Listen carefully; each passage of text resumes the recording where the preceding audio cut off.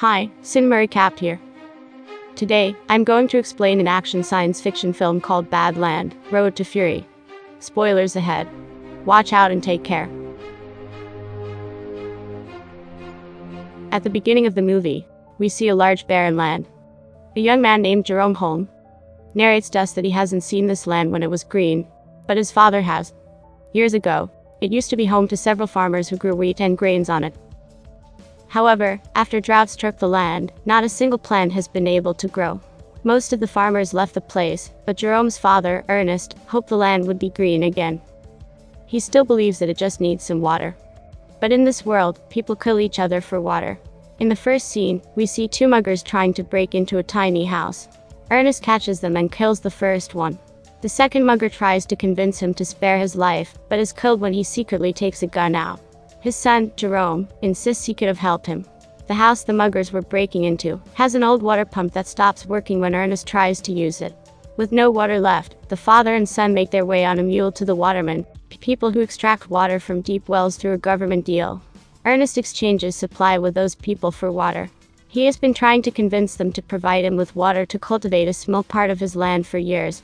However, the watermen only do it for the right amount of money that Ernest cannot afford. On their way back, their mule falls down and breaks its leg. Ernest reluctantly shoots the animal dead. The two come back home to Jerome's sister, Mary, serving them bag food. Because of water scarcity, we see Mary cleansing the dishes with soil. The following day, Jerome and Ernest visit Sam Lever's auction house to get something to replace the mule who died. There, a robotic carrier machine called Simula Shadow, Sim, catches their eyes. Ernest wins the auction against a man named Flem Lever, who also happens to be Sam's son. Flem is having an affair with Mary, unknown to Ernest and Jerome. The two then go to meet Jerome's sick mother, Catherine Holm. She lives in a nearby hospital where she can walk while wired to a special frame. Since the frame is too expensive, they cannot bring her home. Jerome spends his time with his mother that day. Ernest and Catherine kiss goodbye and separate. On their way back, Ernest and Jerome stop at a gas station. We see Ernest take a gulp of petrol after pumping it into his vehicle. The two encounter a couple with a young baby, begging for water. The father, Robbie, wants to sell the baby because they cannot afford to take care of him, but Ernest advises against it, and tells him that he'll help them with water. Robbie knows of Flem and Mary's affair, and hints Ernest towards it. At home, Ernest confronts Mary about her sneaking out frequently, but she claims that it is her freedom and tells her father that she hates him. She tries running away, but Ernest locks her in her room and nails her windows shut. One morning, Ernest and Jerome wake up to Sim absent from its shed. Someone has stolen it. Ernest assumes it was Flem, and goes to his house, but finds out from Sam that he has left with a truck that morning for the mountains. Ernest then goes looking for him to the watermen, but they knock him unconscious. When he regains consciousness, it is already night. The watermen accuse him of stealing their supplies. Ernest insists that he didn't steal them, but their leader, Caleb, attacks him. They fight for a while, but Ernest manages to get his hands on his rifle and run away from there. On his way back home, he discovers Flem sleeping on the road with Sim by his side. It is clear that he had stolen the machine and the waterman's supplies. Ernest points the rifle at him, holds him hostage, then ties him to the machine. He wants to take Flem back to the waterman to prove his innocence. On their way, Flem makes comments about Mary, which angers Ernest. After walking for a while, both of them get thirsty. Flem persuades Ernest to use the water from the waterman's supply. The two sit down to drink water and chat. Flem then tries to convince Ernest to let him go, and they can share the money, but Ernest is adamant about getting him caught. Ernest is weak in limb. He clearly cannot walk another mile to the waterman. Flem knows this, so he strikes Ernest with a stone, making him hit his head on a cliff. His head starts to bleed uncontrollably, and is knocked unconscious. Ernest wakes up to him being tied instead of Flem. Flem pours water into Ernest's mouth as he screams. Later, we see Flem arrive at Ernest's house in his motorbike to take Mary. She happily runs out to him. Ernest still hasn't been home, so Jerome goes out to look for him. He finds the machine alone on the way. When he reaches the waterman, they inform him of Ernest's death. Everyone assumes that it was caused by the machine. In the following scene, we see everyone mourning Ernest's death at his funeral. Later, Catherine and the kids cry in her hospital bed. When they come out, Flem picks them up in his truck. After Ernest's death, Flem has now become the mentor of the family. He calms Jerome down as he hits him for killing his father. Later, he tells him that Mary is pregnant with his child, and that he loves her. Jerome accepts their relationship. Later that day, Flem goes to the watermen and talks to them about sending water to Ernest's land. Caleb laughs at his idea, but gets defensive when Flem blames him for Ernest's death. Flem also shows him a knife with Caleb's name that was found with Ernest's body. Scared to be accused, Caleb agrees to divert water to their field. Everyone is happy when the land gets its first sprinkle of water. Flem works day and night to grow wheat on the land. A few months later, they are fully grown. Flem gets married to Mary and currently lives at Ernest's home with Jerome and Mary. One day, his father, Sam, with some men from the bank approaches their house, threatening to take the land because of Ernest's debt. The debt is too much for Flem to pay, so he takes the machine with him and approaches his friend Robbie that night.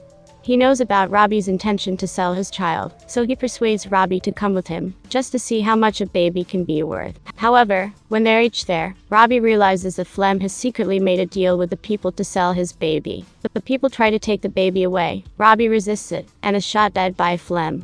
This causes a shootout between the dealers and Flem runs away with the money. However, the machine, Sim, is shot and damaged. This activates the auto mode in the machine, which causes it to return back to its manufacturer, Calvin Heeman. The following day, Flem pays the bank from the money he sold the child with.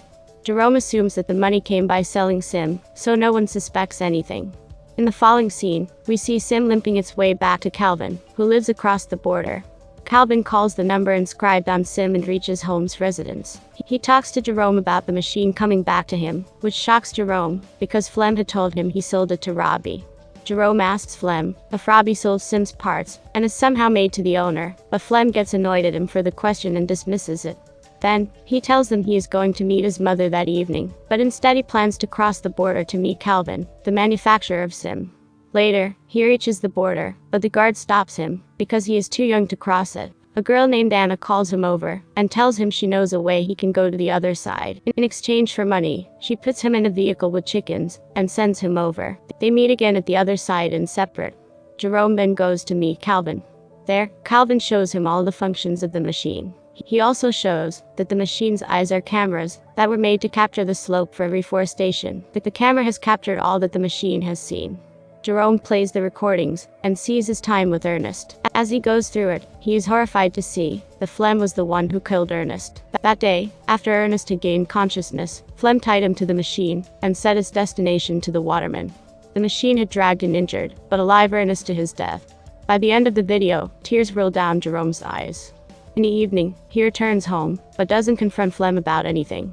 One day, Flem and Jerome are hunting deers, after which Jerome keeps the rifle with him, hiding it under his bed for the future. At breakfast, Jerome tells Flem about Robbie calling him. Flem is surprised, and accuses Jerome of lying, because he knows Robbie is already dead. Later, Flem receives a letter, written by Jerome as Robbie. The letter asks Flem to meet Robbie at the same place he has killed Ernest. He is confused by this, but he decides to find out whether Robbie is still alive. Later at night, Flem tells a pregnant Mary that he has to go out to sell something. Mary wishes him luck and asks him to come back soon. When Flem reaches the place, he calls for Robbie. As he walks, he falls down a pit and breaks his legs. He lies there calling for help when Jerome appears in front of him. Seeing him there, Flem takes a sigh of relief and asks him for help. However, Jerome stands there with a rock in his hand. Flem realizes that he knows everything that happened, and apologizes to him, claiming it was just an accident. He begs him to spare his life for Mary and their child, but Jerome doesn't listen. He points the rifle at Flem, and shoots him dead. It has been 2 days since the event. Mary is worried about her husband, but Jerome asks her to wait a little more. He has decided to keep Mary in the dark about both Ernest's and Flem's death. Mary suggests they bring their mother home, because they now have the money to afford the ringing system she lives in. The movie ends as Jerome erases all the video memory from Sim. Subscribe to watch more videos like this, turn on notifications, and leave a like to help the channel out. Thank you for watching.